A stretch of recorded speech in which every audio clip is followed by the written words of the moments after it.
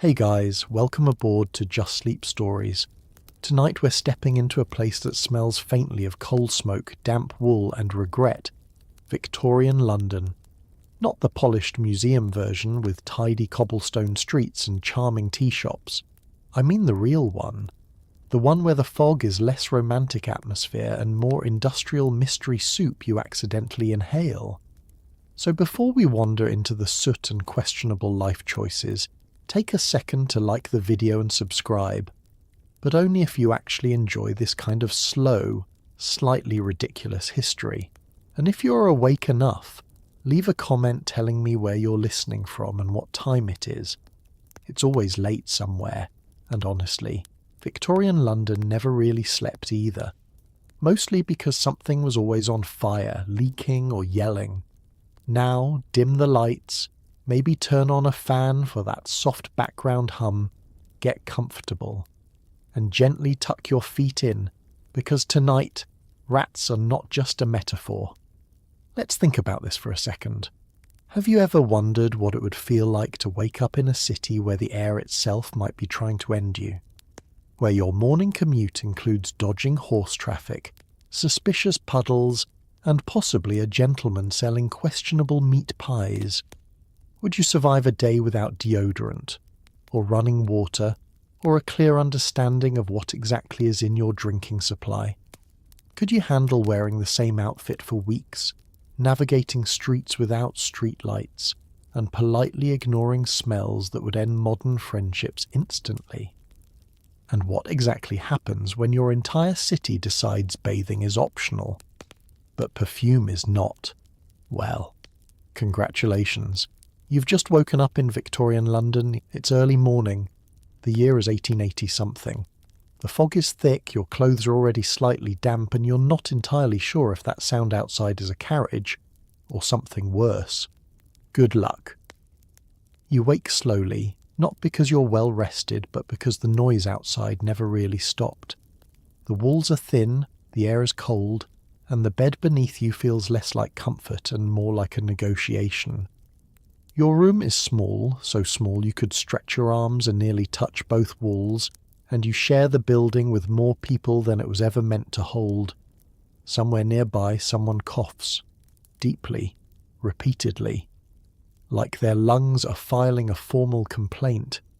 You lie there for a moment staring at the ceiling, which is close enough to feel slightly judgmental.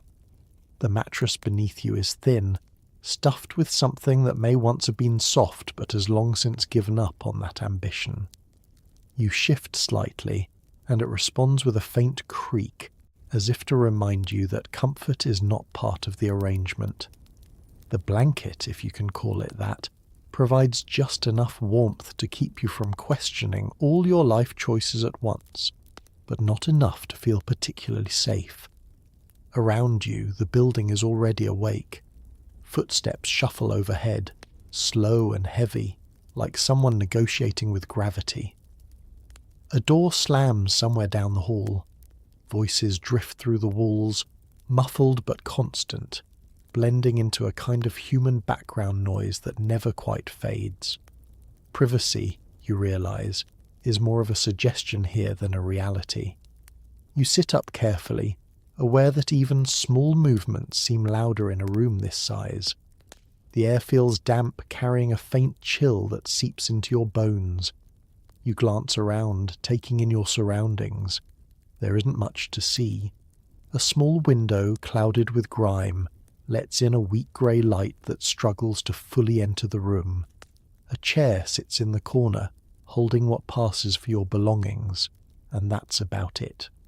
No decorations, no unnecessary comforts, just the essentials, and even those are doing the bare minimum. You swing your feet onto the floor and immediately regret it. It's cold. Not dramatically cold, not the kind that shocks you awake, but the slow, creeping kind that reminds you this building has never had a meaningful relationship with insulation. You pause for a second, gathering the motivation to stand, which feels like an oddly ambitious task this early in the morning. As you move, you become aware of the smell. It's subtle at first, almost easy to ignore, But once you notice it, it's everywhere. Damp wood, old fabric, and something faintly sour that seems to linger in the corners. It's not overwhelming, just persistent, like a background note that refuses to leave the song. You reach for your clothes, which are exactly where you left them because there's nowhere else for them to go.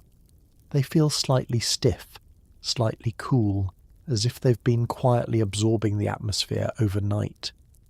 There's no sense of freshness, no moment of putting on something clean and new. Instead, it's more like continuing yesterday's experience with minor adjustments. As you dress, you can't help but notice how everything feels just a little too tight, a little too heavy. The fabric doesn't move with you so much as resist you, like it's not entirely convinced this partnership will work out. You adjust, you settle, you accept. Outside your door, the building continues its slow, restless rhythm. Someone walks past, their footsteps uneven. Another cough echoes through the hallway. Somewhere a child's voice rises briefly before being hushed. It's a shared existence, this building, a collection of lives pressed together in ways that leave little room for silence. You take one last look around the room.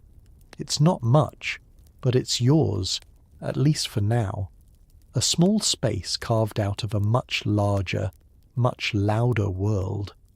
And as you reach for the door, you realize something important. This isn't just where you slept. It's where you begin every day, whether you're ready or not. Before you even open your eyes fully, you notice it. The smell. It's not one smell, it's a layered experience.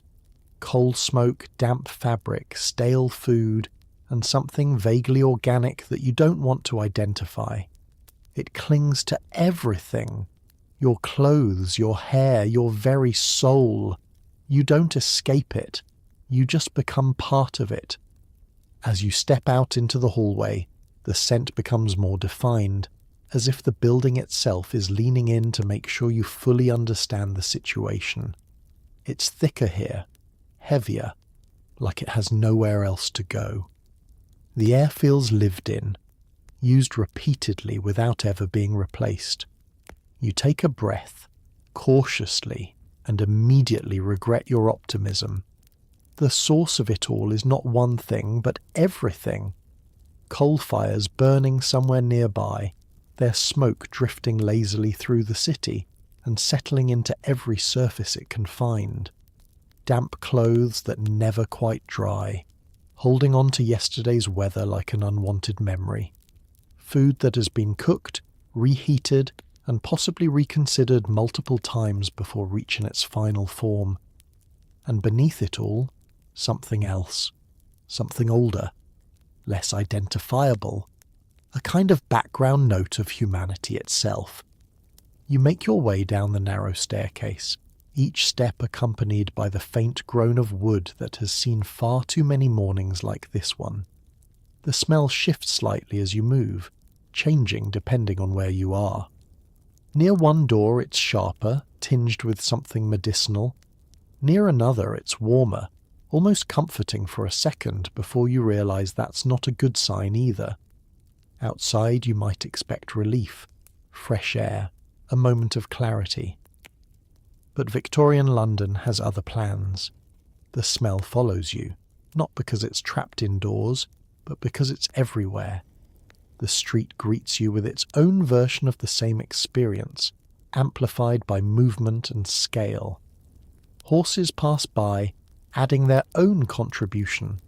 Wheels churn through mud that has seen too much of everything. Vendors prepare food that smells enthusiastic.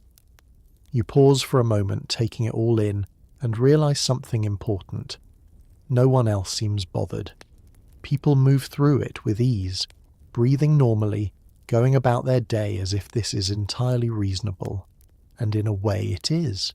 This is their normal, their baseline, their version of fresh. You try to adjust to let your senses recalibrate. At first it feels impossible. Every breath is a decision. Every inhale comes with a moment of hesitation, but slowly something shifts, not in the environment, but in you. The sharp edges of the smell begin to soften, not because they've changed, but because your brain has decided this is no longer worth the effort of constant alarm. It becomes background, not pleasant, not welcome, but manageable. Like a song you didn't choose but have heard enough times that it no longer demands your attention. As you walk, you notice how the smell interacts with everything. It clings to the fog, giving it a weight that feels almost physical. It settles into the fabric of people's clothes, creating a shared atmosphere that moves with the crowd. It even seems to influence the pace of the city, a slow, steady presence that underlines everything. You catch yourself adjusting your breathing, taking shallower breaths without fully realizing it. It's a small adaptation, almost automatic, but it makes a difference. You're learning, you realize. Not in any formal way, but in the quiet, necessary adjustments that come with being here. And then there's the strangest part of all. After a while, you stop noticing it completely. Not because it's gone, but because you've become part of it. The smell is no longer something around you, it's something you carry. Let's talk about clothing, because getting dressed here is less fashion choice and more daily armour against discomfort. Layers of fabric, stiff collars, heavy materials that trap heat and moisture. Nothing stretches, nothing breathes, and once it's on, it stays on. Laundry is not exactly a daily event. You begin with what feels like far too many layers for a single human body. Each piece serves a purpose, though that purpose is not always comfort. The fabric is thick, structured, and slightly unforgiving, like it has very clear expectations of how you should behave while wearing it. You pull it on carefully, adjusting as you go, aware that once everything is in place, there will be very little room for negotiation. The first thing you notice is the weight. Not overwhelming, but constant. It settles onto your shoulders, wraps around your torso, and reminds you with every movement that you're now officially dressed. This is not clothing you forget about. This is clothing that participates in your day. The collar is particularly memorable. It sits firmly against your neck, offering just enough resistance to make you aware of every turn of your head.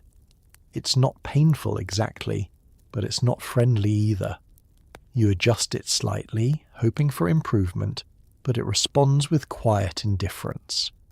As you continue, you realize that flexibility is not part of the design. Bending, reaching, even sitting requires a small amount of planning. The fabric doesn't move with you so much as allow you to move within it, like a very polite but very firm agreement. You catch your reflection, if there is one, and notice something interesting. You look, put together, structured, presentable. There's a certain dignity to it, a sense of order that contrasts sharply with the chaos outside. But that dignity comes at a cost, and that cost is comfort. The shoes complete the experience, solid, durable, and not particularly interested in your feelings. You step into them and immediately understand that today will involve a certain level of negotiation between your feet and the ground. As you finish dressing, you take a moment to consider the process. It's not quick, it's not effortless, but it's routine. And like everything else here, routine is what keeps things moving. It's time for breakfast. Bad idea. Depending on your situation, this might mean bread that's seen better days, tea that's mostly water, or something fried that raises more questions than answers. And yes, there is always the possibility that what you're eating is not exactly what you think it is. You approach breakfast with cautious optimism, which is quickly replaced by realistic expectations. The bread is firm, slightly dry, and requires more effort than you'd expect from something that looks so simple. You take a bite and it responds with determination, as if it's not entirely convinced it should be eaten. The tea helps, or at least it feels like it should. Warm, slightly bitter, and comforting in a way that has less to do with taste and more to do with temperature. You hold the cup for a moment, letting the warmth settle into your hands before taking a sip. Around you, others are doing the same, eating, drinking, not complaining.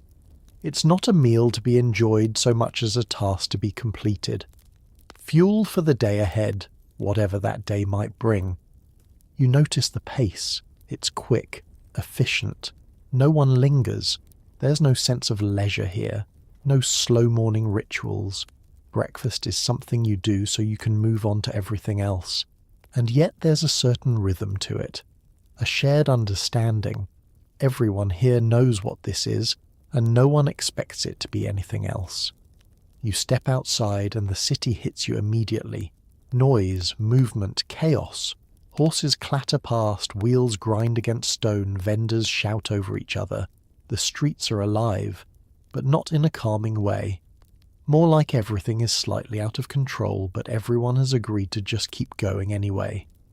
The ground beneath your feet is uneven, a mix of stone, mud, and whatever else has found its way there. You watch your step carefully, realizing that where you place your foot matters more than it probably should this early in the day. Carriages pass by, close enough to make you instinctively step back. The drivers call out, their voices sharp and practiced, cutting through the noise with surprising precision.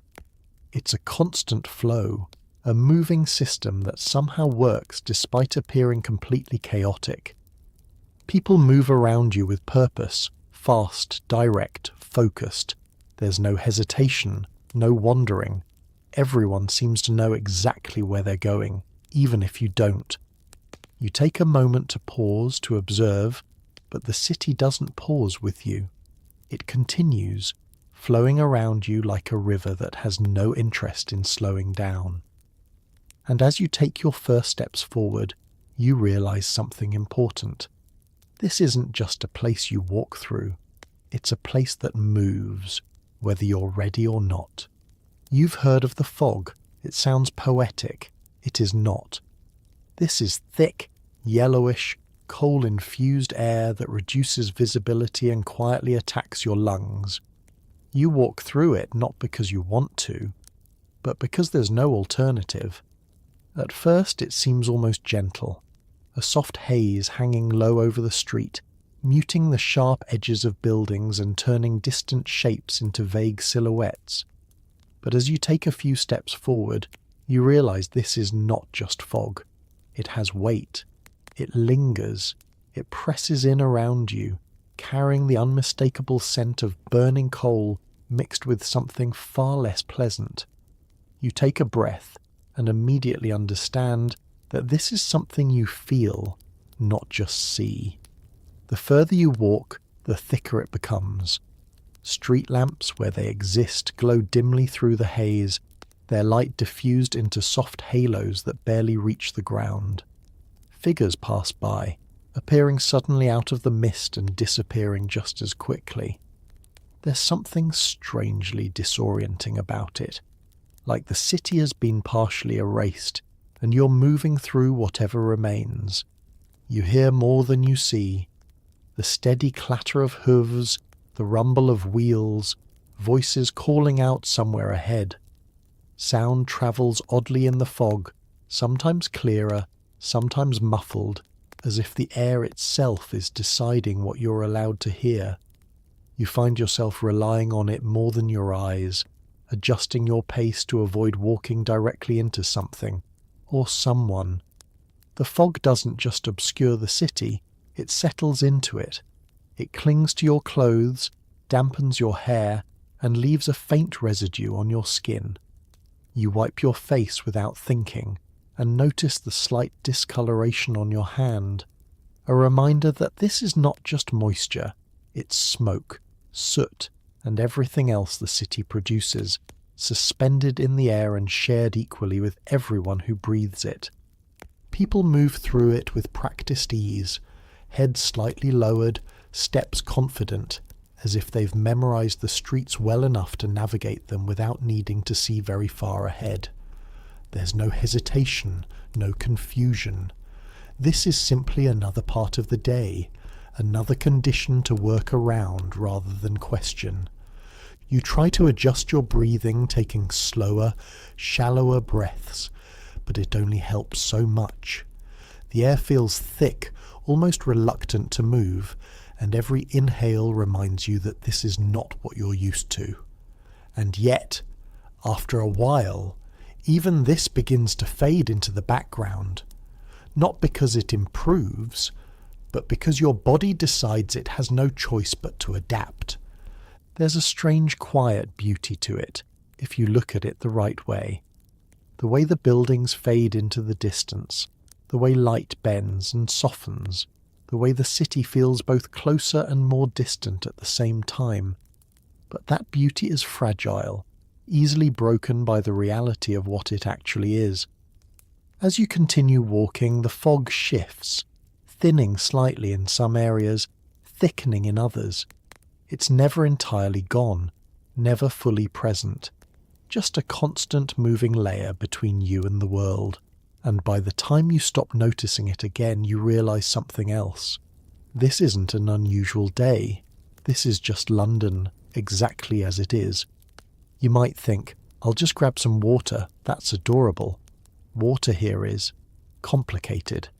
What looks clear may not be safe, and what smells bad might still be considered acceptable. You quickly learn that tea isn't just a preference, it's a survival strategy. You approach the idea of water with a kind of confidence that comes from modern habits, only to have that confidence quietly dismantled.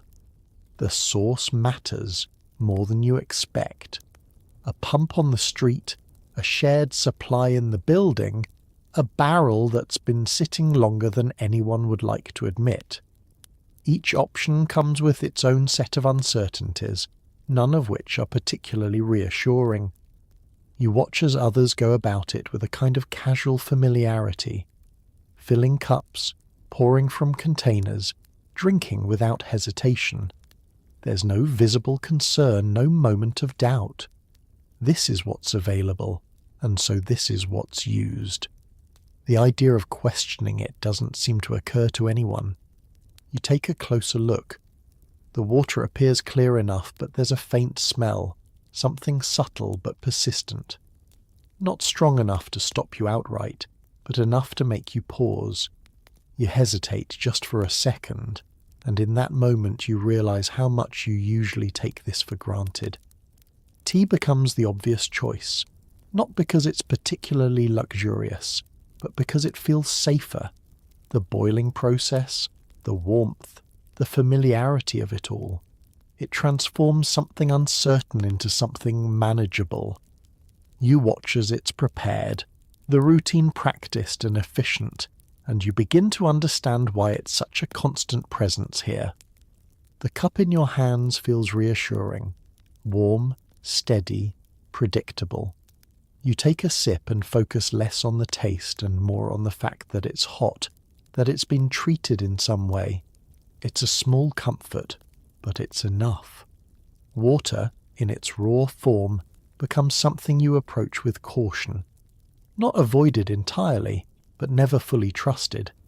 It's part of daily life, unavoidable, but always carrying a quiet question mark. As you move through the day, you notice how often it comes up. People talking about sources, about quality, about where something came from. It's not an obsession, but it's there, a constant consideration in the background of everything. You begin to adjust your expectations. Water is no longer something you assume is safe. It's something you think about, something you work around.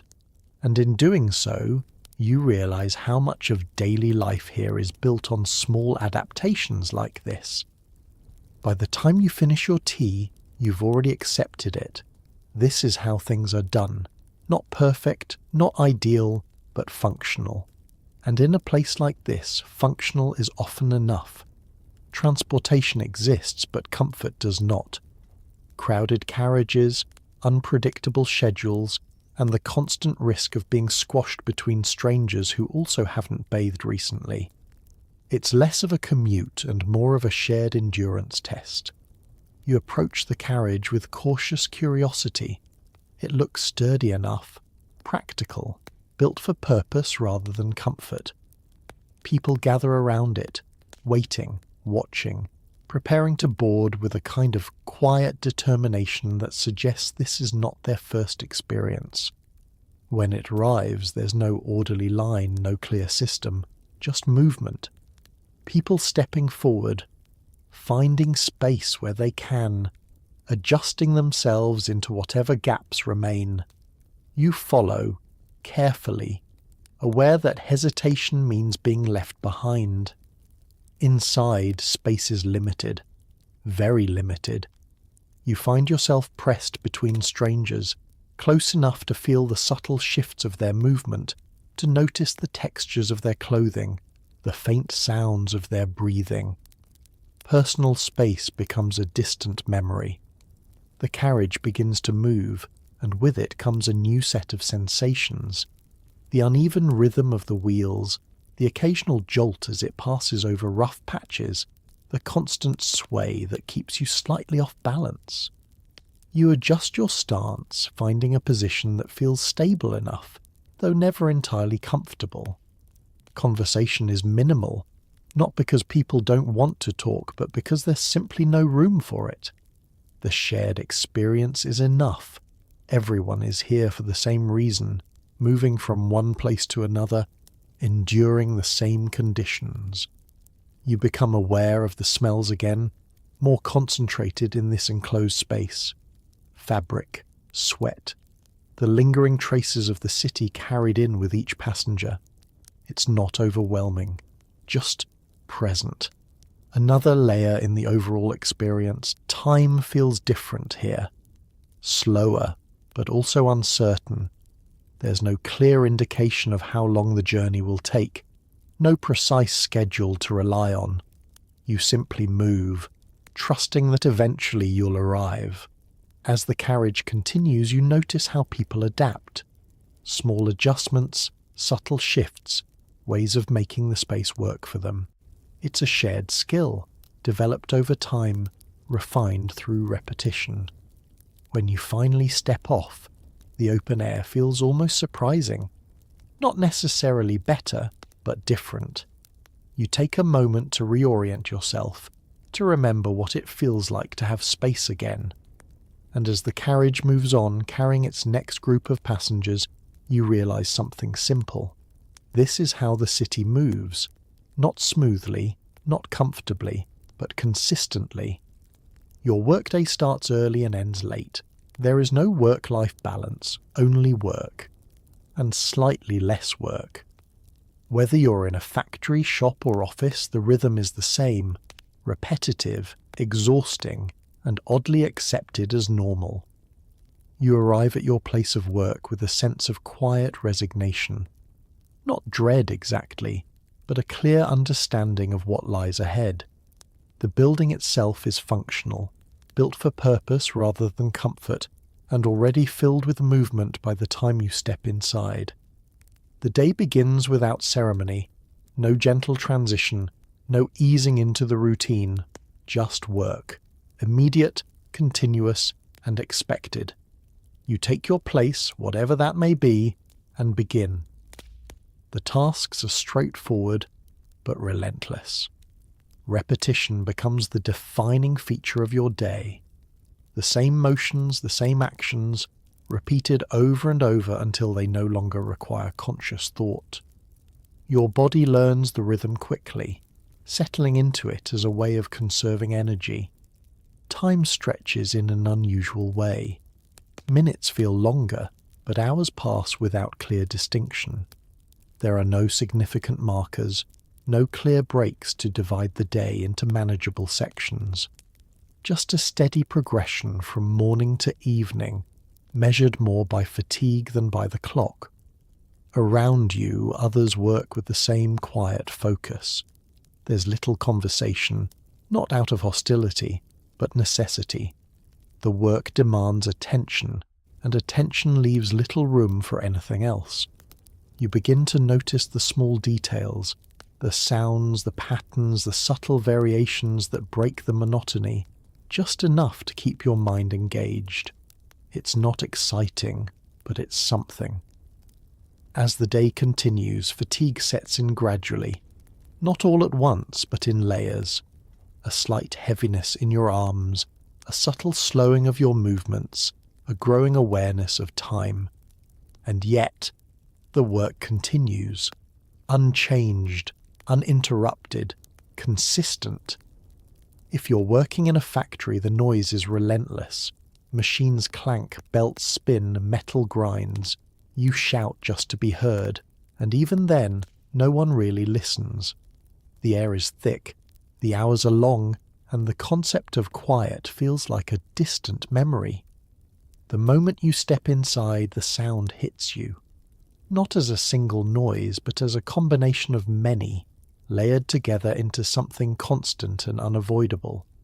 It fills the space completely, leaving no room for silence. Machines move with mechanical precision, each one performing its task without pause. The rhythm is steady, repetitive, almost hypnotic in its consistency. You adjust to it, not by ignoring it, but by accepting it as part of the environment. Communication becomes a challenge. Voices raised, gestures exaggerated, messages simplified. There's no room for subtlety here. Everything must be clear, direct, immediate. The air carries more than just sound. Dust, particles, the byproducts of constant motion. You notice it in the way the light filters through the space, in the way it settles on surfaces, in the way it feels when you breathe. And still the work continues, uninterrupted, unchanging, steady. You find your place within it, not because it's comfortable, but because it's necessary. And as the hours pass, the noise becomes less something you hear and more something you exist within. Like everything else here, it doesn't stop. It simply continues whether you notice it or not. You notice something unsettling. Many of your co-workers are children, small, quick, and expected to work just as hard as anyone else. It's not unusual here, it's simply how things are, and somehow everyone carries on. At first it catches your attention in a quiet, almost hesitant way. A small figure moving quickly between machines, hands working with practiced precision. Then another, and another. Before long, you realize it's not an exception. It's a pattern.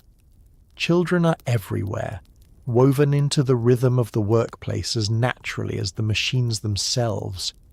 They move differently than the adults, faster in some ways, more careful in others. Their size allows them to reach places others cannot, to slip between tight spaces, to handle tasks that require smaller hands. It's not presented as unusual or concerning, it's simply efficient. You watch as one of them works beside you, focused, quiet, completely absorbed in the task. There's no hesitation, no visible uncertainty, just repetition, practiced over time until it becomes second nature. Whatever this job is, they've been doing it long enough that it no longer feels new. There's something strange about the contrast. Their faces still carry traces of youth, of something lighter, something that hasn't fully disappeared. But their movements, their posture, their expressions, they belong to the same world as everyone else here. The difference between child and adult feels less defined, blurred by the demands of the day. No one stops to question it. No one pauses to reconsider. It's part of the system, accepted without discussion. Families depend on it. Employers expect it. And so it continues, quietly, steadily, without interruption. You begin to notice how they interact with one another. Brief exchanges, quick glances, small moments of shared understanding.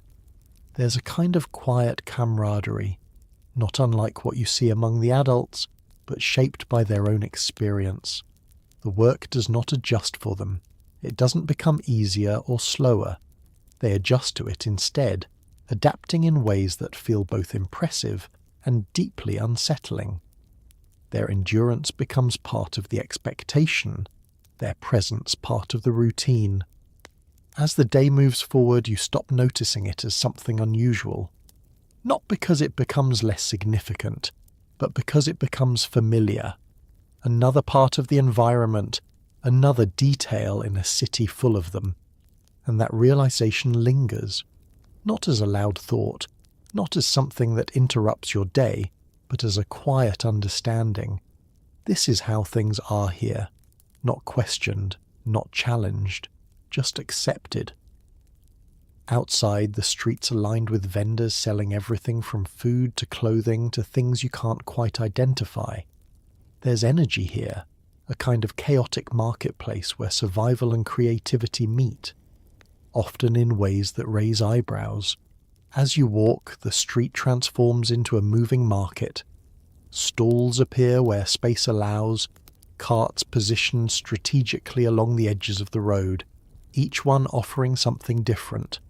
The variety is immediate and overwhelming. Food, tools, fabrics, small objects whose purpose isn't immediately clear.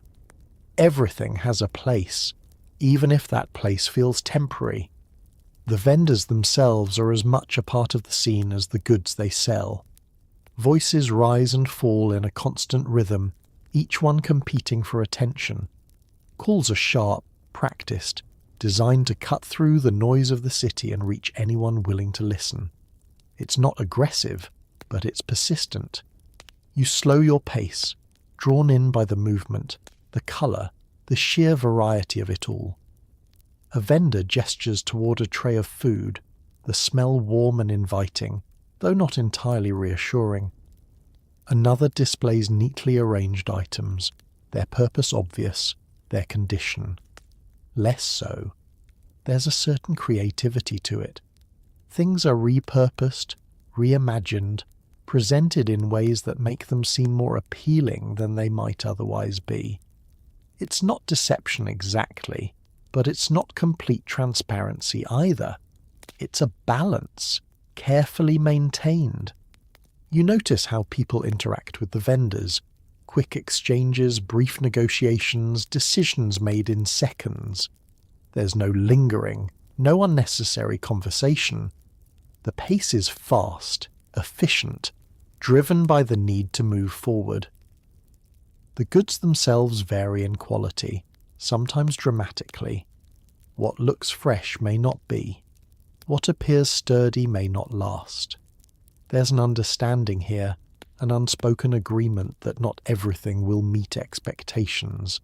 And yet people continue to buy, to trust, to participate. You find yourself drawn to one stall in particular, not because of what's being sold, but because of the way it's presented. The arrangement, the colours, the small details that suggest care, even if the reality might be less certain. It's a reminder that even here, in the middle of chaos, there's an effort to create something appealing. As you move on, the market continues behind you, unchanged. The voices, the movement, the constant exchange. It's not a place you visit once and leave behind. It's something you pass through, something that exists as part of the city itself. And as you step away, you realize something simple. This isn't just commerce. It's survival, creativity, and adaptation, all happening at once in the open for anyone willing to look. Let's return to food for a moment, because in Victorian London, ingredients are sometimes flexible. Adulteration is common. Milk might not be entirely milk. Bread might contain unexpected extras. It's a culinary adventure you didn't ask for. You approach your next meal with a slightly different mindset than before. Curiosity is still there, but it's been tempered by experience. What you see is not always what you get, and what you get is not always what you expect. The food looks familiar enough. Bread, meat, perhaps something sweet if you're fortunate. But there's an underlying uncertainty, a quiet question that follows every bite. Not enough to stop you, but enough to keep you aware. You take a closer look at the bread.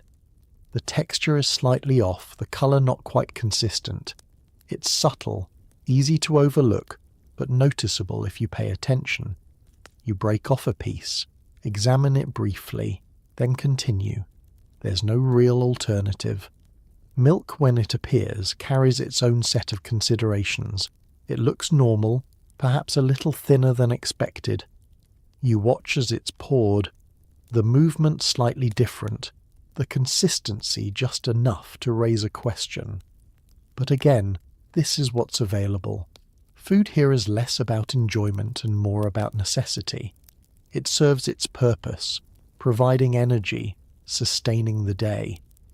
The idea of perfect ingredients, of careful preparation, feels distant, almost unrealistic. And yet, there's still effort. Meals are prepared, presented, shared. There's a sense of routine, of structure, even within the uncertainty. People eat together, talk, continue their day. The experience is familiar, even if the details are not. You notice how others approach it. No hesitation, no visible concern. They eat, they move on. It's not that they're unaware, but that they've accepted it. This is how things are, and so this is how they live. As you finish your meal, you reflect on the experience. Not unpleasant, not particularly memorable, but functional. And in this environment, that's enough. Food here is not about perfection, it's about continuation. Another part of the day, another step forward, another moment that keeps everything moving. Bathing is not a daily ritual. In fact, it's more of an occasional event. Perfume does a lot of heavy lifting here. You quickly realize that everyone smells, and no one talks about it. You become aware of it gradually, not in a single moment, but over time, as patterns begin to emerge.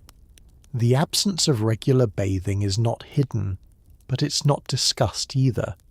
It exists quietly, accepted as part of daily life. Water, as you've already discovered, is not something taken lightly. Using it for washing is not always practical, not always possible. And so, alternatives take its place. Small adjustments, minor solutions that manage the situation without fully resolving it. Clothing plays a role, absorbing and holding on to the traces of daily life. Layers that are worn repeatedly, carrying with them the history of each day. Washing them is not frequent, not immediate. It happens when it can, not when it should. Perfume becomes a kind of solution, though not a complete one. It masks rather than removes, adding a new layer rather than eliminating the old. The result is a mixture, complex and persistent, shared by everyone around you. You notice how it becomes part of interaction, not acknowledged directly but present. People stand a certain distance apart when possible, adjust their position subtly, navigate the space with an awareness that doesn't need to be spoken. And yet, life continues. Conversations happen, work is done, routines are followed. The absence of modern hygiene does not stop the day. It simply shapes it. You begin to adjust not by ignoring it completely, but by accepting it as part of the environment. It's not ideal, not comfortable, but it's consistent. And consistency, in a place like this, carries its own kind of reassurance. Illness is everywhere. Coughs, fevers, things you can't quite name. Without modern medicine, even small problems can become serious quickly. You try not to think about it. But it's hard to ignore. It begins with small signs. A cough here, a moment of weakness there. Nothing dramatic, nothing immediate. Just small reminders that health is not guaranteed, that the body is not always reliable. You hear it more than you see it. The persistent cough from another room, the quiet mention of someone not feeling well, the subtle changes in behaviour that suggest something is not quite right. It's part of the background, always present. There's a sense of awareness, but not alarm. People notice, but they continue. Work doesn't stop. Routines don't pause. Illness is managed as best as possible, but it does not redefine the day. Without modern medicine, options are limited. Remedies exist, treatments are attempted, but certainty is rare. Recovery is hoped for, not guaranteed. You find yourself thinking about it more than you expected. Not constantly, not obsessively, but enough to change the way you see things. Every small symptom carries a little more weight. Every change feels slightly more significant. And yet, life continues. People adapt, adjust, move forward. The presence of disease does not stop the city. It becomes part of it, another factor to consider, another reality to accept. As the day moves on, the thought lingers, not overwhelming, not paralyzing, but present. A quiet reminder that in this world, health is something you notice most when it begins to fade. One street can change everything. On one side, wealth, grand houses, clean clothes, quiet. On the other, overcrowding, struggle and noise. The contrast is sharp, constant and impossible to miss. You begin to notice it as you walk, not in a dramatic shift, but in subtle changes that build quickly into something undeniable. The streets widen slightly. The noise softens. The buildings become taller, more deliberate, their facades carefully maintained. Windows are clearer, doors sturdier, everything arranged with intention rather than necessity. There is space here, not just physical space, but a sense of distance from the constant pressure you've grown used to. People move differently as well. Their pace is steadier, less urgent. Their clothing is cleaner, structured in a way that suggests both care and resources. Conversations happen at a lower volume, carried out without the need to compete with the surrounding noise. Even the air feels different, though you know it's the same city, the same atmosphere, just experienced through a different lens. You pause for a moment, taking it in. It's not just the buildings or the people, it's the absence of certain things. Fewer voices raised, fewer signs of strain, fewer reminders of how difficult daily life can be. It's not perfect, not untouched by the realities of the city, but it is noticeably removed from them. And then, just as quickly, it changes again. A turn, a few steps, and the environment shifts back. The streets narrow, the noise returns, the density increases.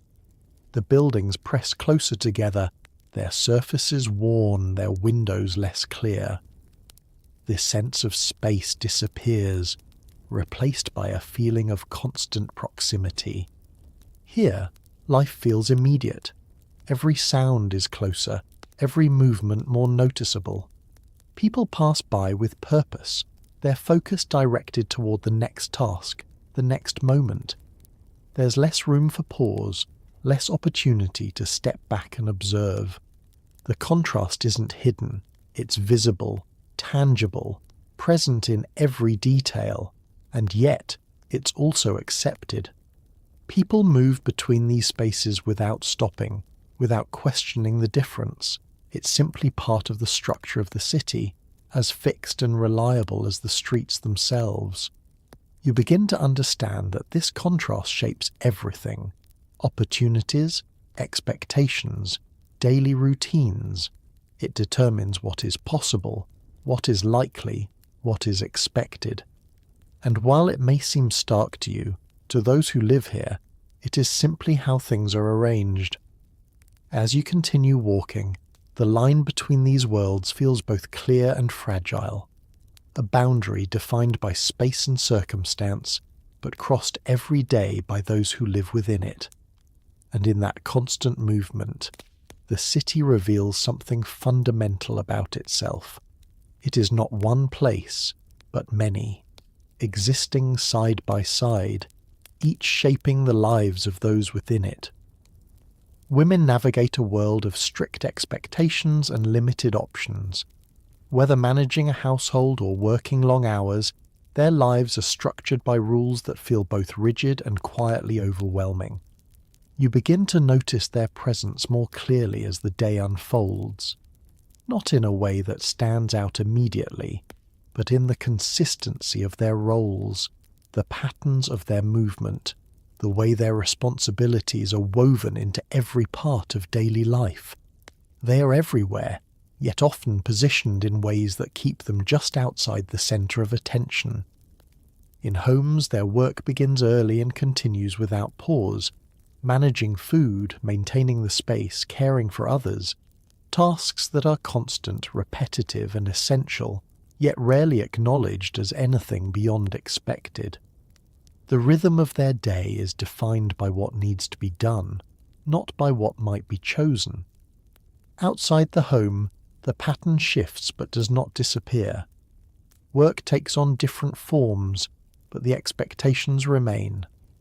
Long hours, limited recognition, responsibilities that mirror those of the men around them but without the same sense of autonomy.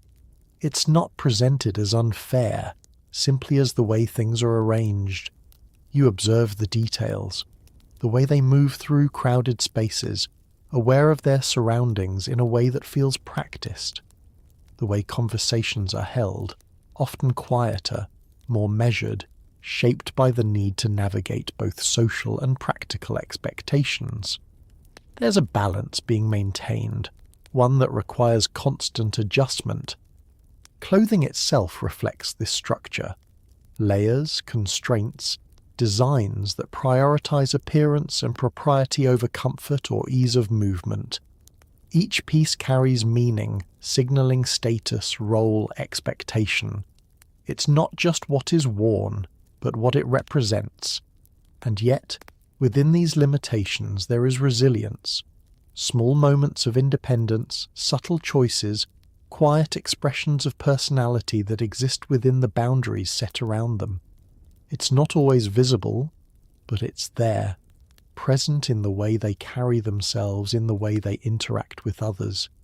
You begin to understand that their experience is not defined by a single role, but by the constant navigation between many.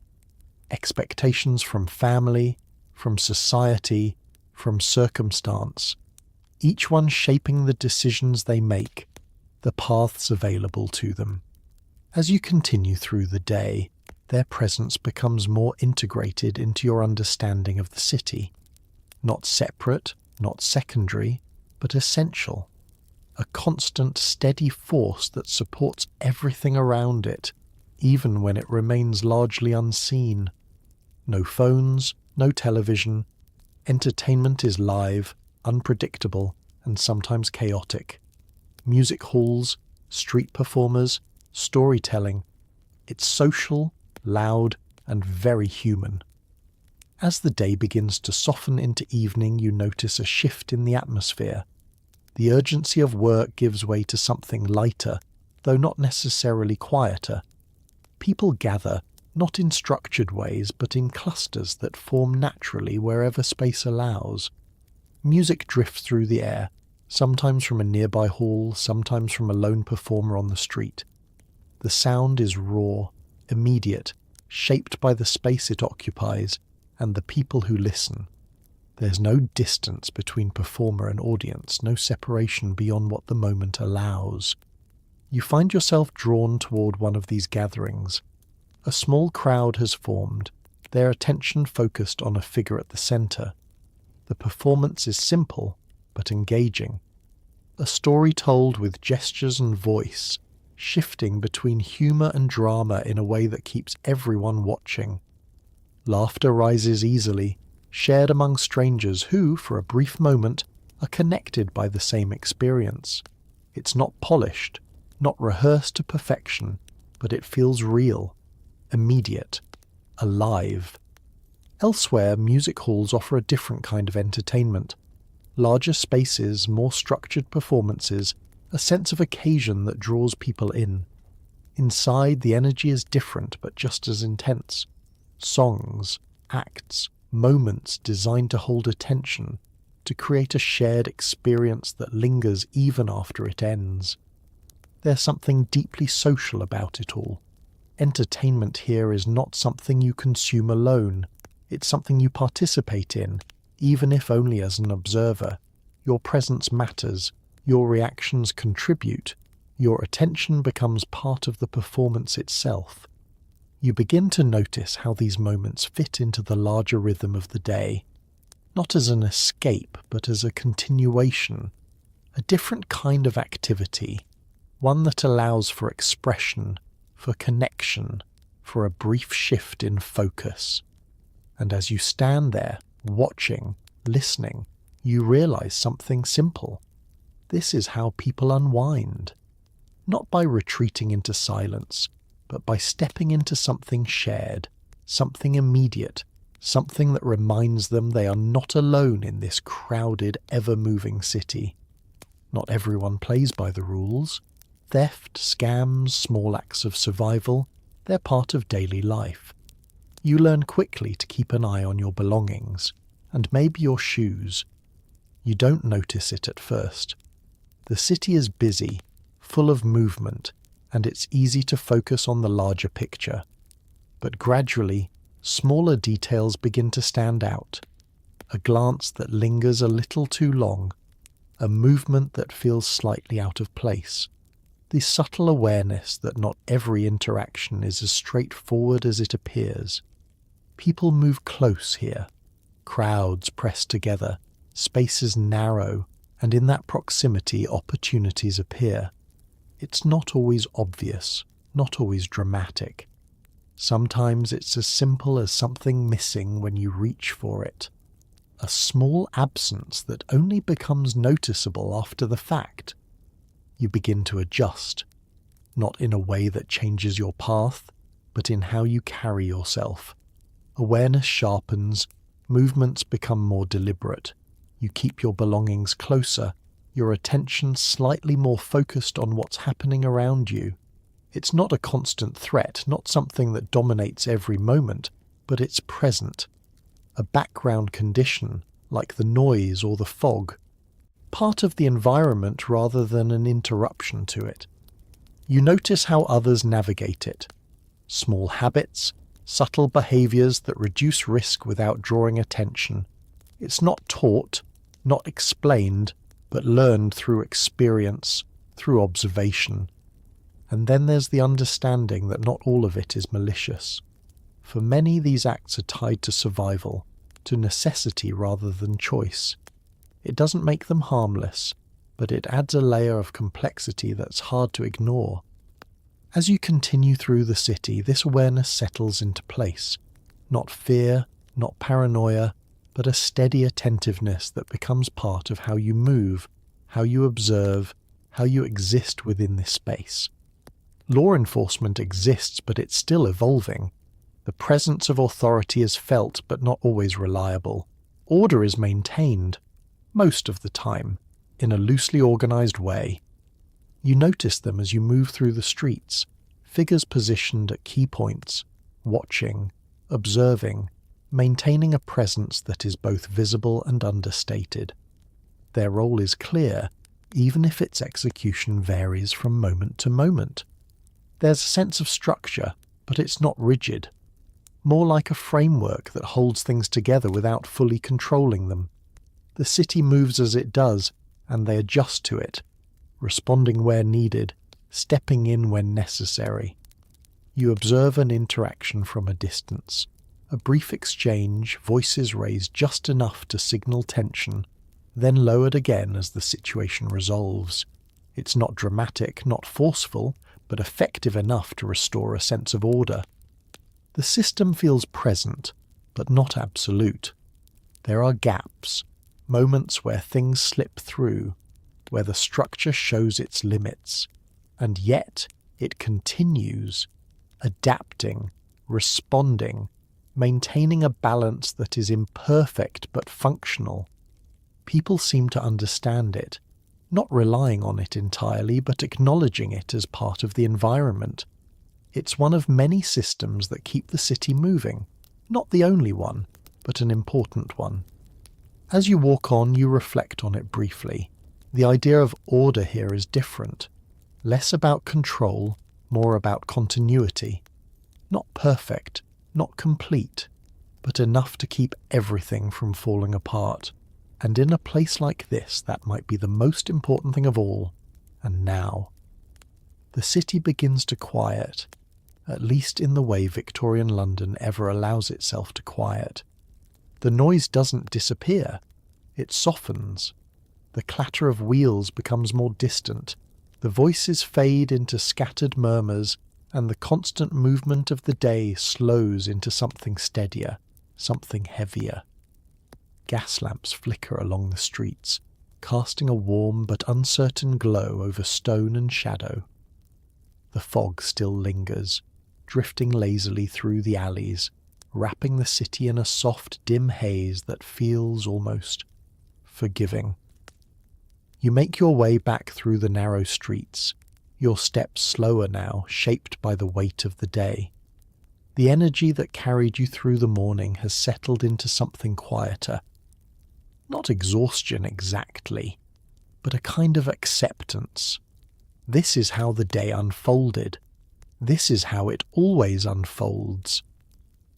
Windows glow faintly as you pass, small pockets of light in the dark. Inside, people continue their lives in quieter ways. Conversations, meals, moments of rest. The city doesn't stop, it simply shifts into a different rhythm. When you finally return to your room, it feels familiar in a way it didn't this morning. Still small, still cold, still carrying that same faint, persistent smell. But now, it's yours, in a way that makes sense. A place to pause, a place to step out of the constant motion, even if only for a little while. You sit for a moment, letting the quiet settle around you. The sounds of the building continue, footsteps, distant voices, the soft creak of wood, but they feel less intrusive now, more like part of the background, part of the structure that holds everything together. As you lie down, the bed feels the same as before, but you don't resist it this time. The thin mattress, the rough blanket, the cool air, they're no longer surprises, just details, just part of the experience.